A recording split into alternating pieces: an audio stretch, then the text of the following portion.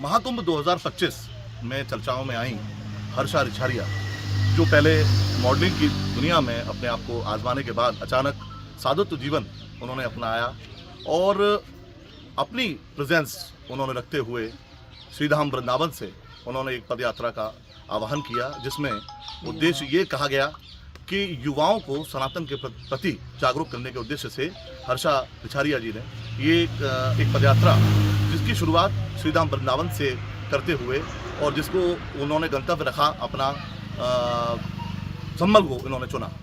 हालांकि उसके बाद जो अड़चनें उनके सामने आई या जो सुरक्षात्मक दृष्टिकोण से जो प्रशासनिक जो दबाव इनके सामने आया, उन सबको जानने के लिए हमारे साथ मौजूद हैं साध्वी हर्षा रिछारिया। आइए जानते हैं उनसे। हर्षा जी, आपका न्यूज़ इंडिया परिवार में हार्दिक स्वागत। और आपकी इस यात्रा के विषय में आप बताइए, कहाँ से शुरू किया, क्या रहा और क्या व्यवधान आपके साथ? देखिए, हमने इस यात्रा को स्टार्ट किया था 14 अप्रैल को वृंदावन से, और उसके बाद हमें इसे समापन करना था इसका 21 अप्रैल को संभल में।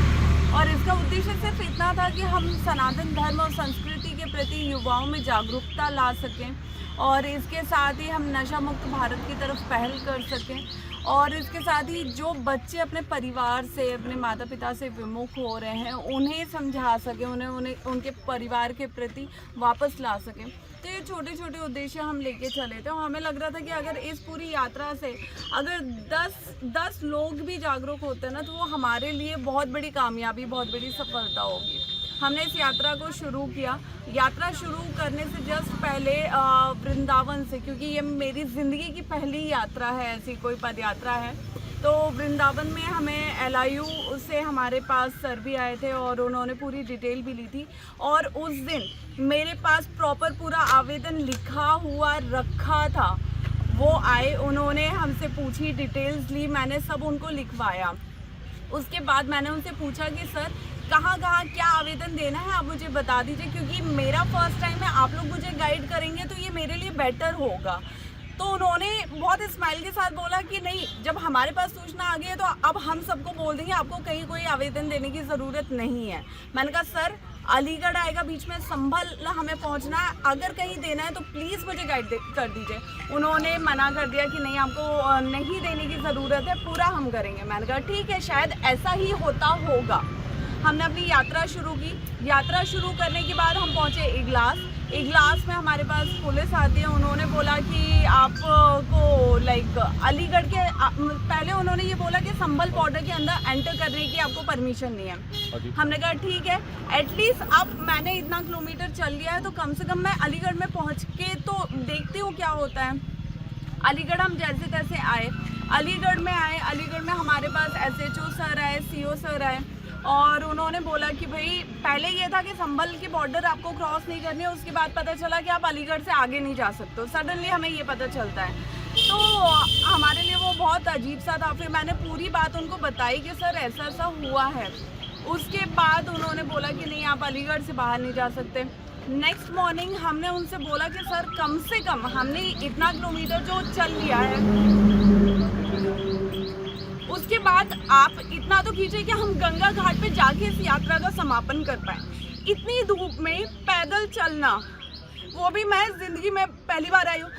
मुझे नहीं ज़रूरत है कि मैं पैदल चलूँ, मुझे कोई ज़रूरत नहीं है। भगवान का दिया हुआ सब कुछ है, मेरी वो श्रद्धा है, मेरा वो भाव है। ना मैंने कहीं कुछ ऐसा बोला है, कहीं कुछ ना हम लोगों ने ऐसा किया है जिस पे किसी को भी ऑब्जेक्शन हो। हमें ये बोला गया कि जब तक आपकी एक पदयात्रा एक शहर से दूसरे शहर, एक नगर से दूसरे नगर जा रही है, तब तक आपको कोई भी ऐसी परमिशन लेने की आवश्यकता नहीं है, क्योंकि परमिशन मोस्टली तब ली जाती है जब आप एक ही शहर के अंदर धरना प्रदर्शन या कोई भी रैली निकालते हैं। हमें ऐसा बताया गया, तो हमें वो सब हमारे माइंड में था। अब हम निकले, उसके बाद अलीगढ़ में रोका। अलीगढ़ में कल सुबह जब हमने यात्रा शुरू की, उन्होंने बोला कि नहीं, आप गंगा घाट भी नहीं जाएंगे। उस पर भी हमारी अलीगढ़ DM सर से बात हुई, हमारी SP सर से बात हुई, हमारी CO सर से बात हुई, SHO सर से बात हुई, सबसे हुई। वहाँ 1 घंटा बैठने के बाद, सबसे बात करने के बाद ये निष्कर्ष निकला कि ठीक है, आप घाट तक जाएंगे, नरौरा घाट तक जाएंगे, वहाँ पे गंगा स्नान करके। सर ने ये भी बोला कि वहाँ पे हमने आपके स्नान की भी व्यवस्था करवा दी है, स्नान करके आप आराम से उसके बाद अपनी पदयात्रा को यही समाप्त कीजिएगा, इसके आगे जाने की आपको परमिशन नहीं है। मैंने कहा ठीक है तो सर। ये बताइए कि आपको इस समय बुलंदशहर बॉर्डर पे आप खड़ी हैं, बुलंदशहर के बॉर्डर से लगभग 2 किलोमीटर आप पहले खड़ी हैं। अब बुलंदशहर में आपको एंटर होने के लिए, यानी कि नरौरा आपका पहले वो था डेस्टिनेशन था गंगा घाट, लेकिन आपको जो रामघाट थाना क्षेत्र में एंट्री नहीं मिल रही है, इसको लेके क्या क्या समस्या है, क्या मतलब वजह क्या बताया शासन ने? सर देखिए, ये तो हमारे लिए एकदम से फिर कुछ नया आ गया है कि हमें ये पता था कि पुलिस भी हमारे साथ चल रही है प्रोटेक्शन के लिए, और हमें नरौरा घाट तक जाने की परमिशन है। मैं इंसान हूँ, मेरी चलने की एक लिमिट है और मेरे पैरों में छाले हो गए हैं, तो उसके हिसाब से मैं जितना चल पा रही हूँ, और 1 घंटे बाद मैं थोड़ा बहुत ब्रेक ले लेती हूँ।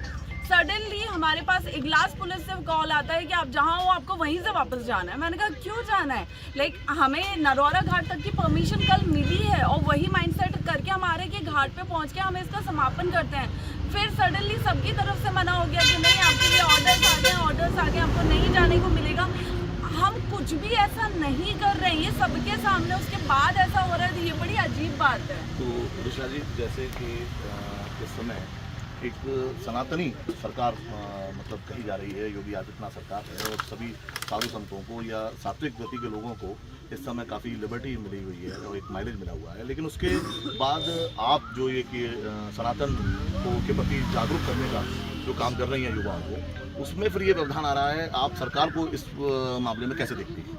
सर देखिए, जो उत्तर प्रदेश है ना, वो अब एक सनातनी प्रदेश माना जाता है, और ये माना जाता है कि जब तक यहाँ के जो मुखिया हैं, हमारे जो माननीय मुख्यमंत्री जी हैं, योगी जी, जब तक वो हैं तब तक किसी भी धार्मिक कार्यक्रम, जब तक वो धार्मिक कार्यक्रम अपनी सीमा में रहे, कोई भी ऐसी गतिविधि ना करे जिससे कहीं भी कोई भी उग्र चीज़ें हों, तब तक हर चीज़ की परमिशन यहाँ मिलती है।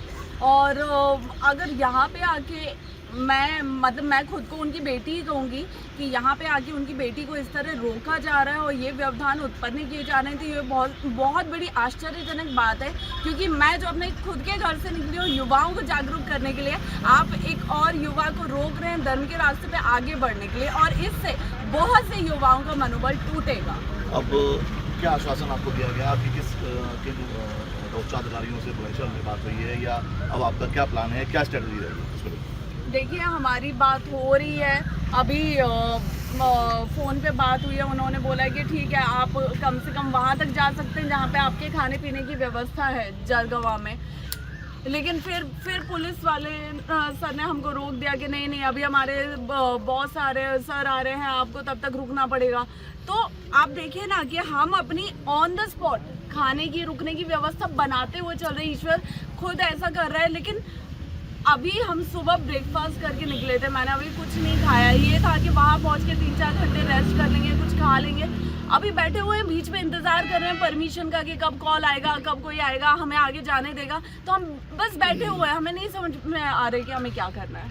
अच्छा जी, इन सब के बीच में एक सवाल जो अहम यहाँ ज़रूरी बन जाता है, मॉडलिंग की दुनिया से अचानक इस तरफ मूव करना, सनातन के प्रति जागरूक होना और आपका ये साधुत्व की तरफ आगे बढ़ना, प्रेरणा कहाँ से मिली और क्या सोच के आप इस दिशा में? सर ये प्रेरणा ना, मुझे लगता है ईश्वर अपना बच्चा खुद चुनता है, जिसको उन्हें जिस रास्ते पे चलाना है वो खुद उसकी बुद्धि में वो चीज़ ला देते हैं, और ये सब ज़िंदगी में अपने आप हो जाता है। आपको नहीं पता चलता है कि कब आप उस तरफ मुड़ गए। लेकिन जितने भी व्यवधान आते जा रहे हैं जब से कुंभ से हुआ है, तो मुझे कभी कभी सच में ऐसा लगता है कि इस धर्म से दूर हो जाओ, क्योंकि इस धर्म पे चलना आपके खुद के लोग ही आप पे उंगली उठाते जाते हैं, तो इट्स नॉट ईजी। तो ये हमारे साथ हर्षा रिछारिया, जो पूर्व में एक मॉडल रही हैं, एड शूट वगैरह किए हैं इन्होंने। इसके बाद अचानक महाकुंभ में इनकी एंट्री होती है और साधुत्व की ओर, साधुत्व जीवन की ओर इनका रुझान बढ़ जाता है, उसके बाद ये अपने आप को समर्पित कर देती हैं सनातन के प्रति। लेकिन आज जिस तरीके की इनकी अभी न्यूज़ इंडिया से बात करते वक्त इनका गला रुक गया और इनके आंखों में आंसू थे, वो कहीं ना कहीं इस बात का द्योतक है, इस बात का प्रमाण है कि वर्तमान की परिस्थितियों में ये अपने आप को काफ़ी हताश और निराश मान रही है। कैमरा पर्सन नीरज वाशने के साथ पुनीत शर्मा, न्यूज़ इंडिया, बुलंदशहर।